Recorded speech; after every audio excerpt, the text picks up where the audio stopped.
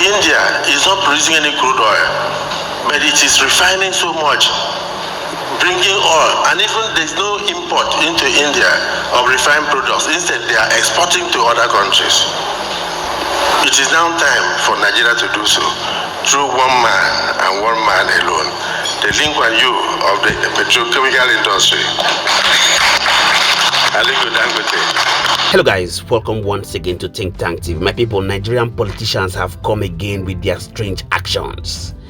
Yes, this time around it is Senate President Godswill Akpabio who has come under fire after he applauded Aliko Dagote, the CEO of Dagote Refinery, for building the largest refinery in Africa. Yes, this achievement stands out as no other African country has managed such a feat, despite Nigeria being one of the largest producers of crude oil.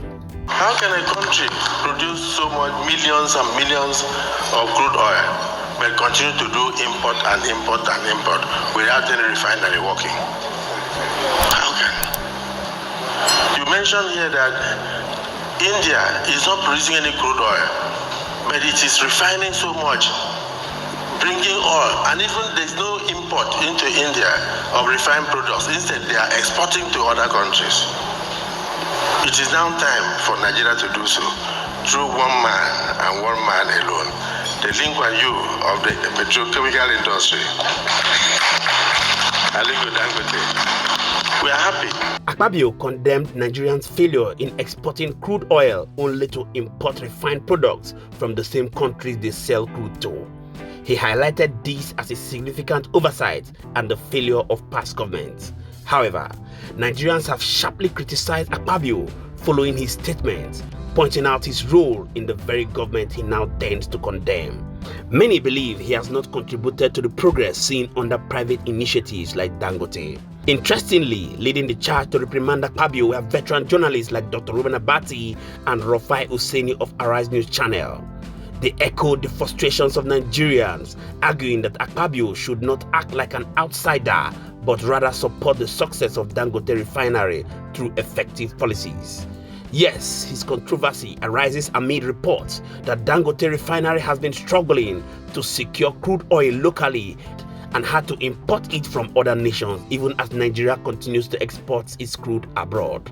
Let's take a look at the words of Dr. Reuben Abati and Rufai Useni, and I'll be coming back to give you my thoughts about it. Take a look. Last week while I was here, we took the story of the Dagote Refinery where he talked about the fact that only Africans can build Africa. And Rufai, you were trying to make a point, and I'm glad that I brought up this story about dream killers. Please, go ahead. I mean, Senate President Akpabio is a very jolly man. Yeah, so he likes to put a smile on people's face, the Dagote and everything. He calls him the night wonder of the world. Yes. Is it the ancient or the modern world? Whatever it might be. But apart from all of that, so the point I was trying to make last week is very important.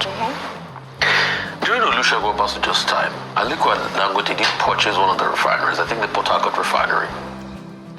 And the plan was to revamp it and put it to production.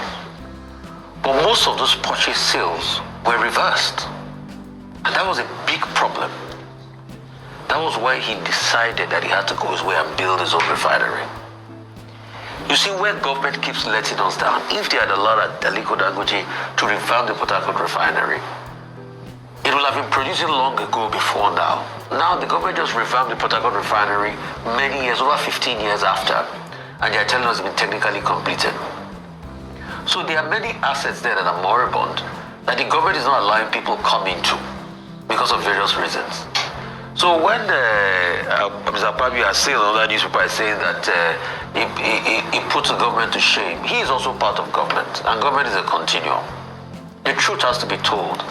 That why is it that we have a country where government does not do well in business? It ruins everything. And except we settle out that mentality, we will not grow. Rather than Dagote just complete his refinery now, if he had been given the Port Harcourt Refinery, God knows, will have been producing big time because he will have run it, revamped it, spent less cost than this 21 trillion is now spent, 21 billion is now spending now. Yeah, which I'm correct is about 21 trillion.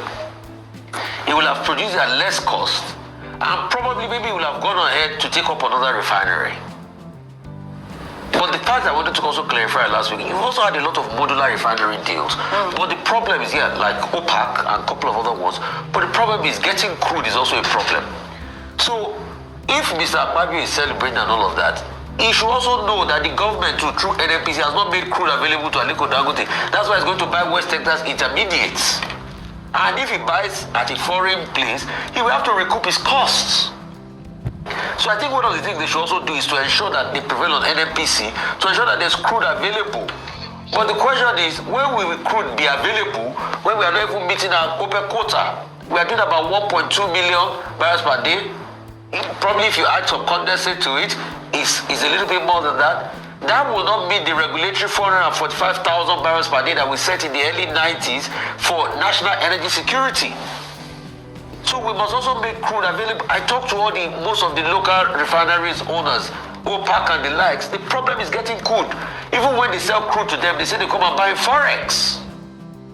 So these are the problems that you should use good office to solve. Not saying Dagote is the 8th one. Let me speak up this morning.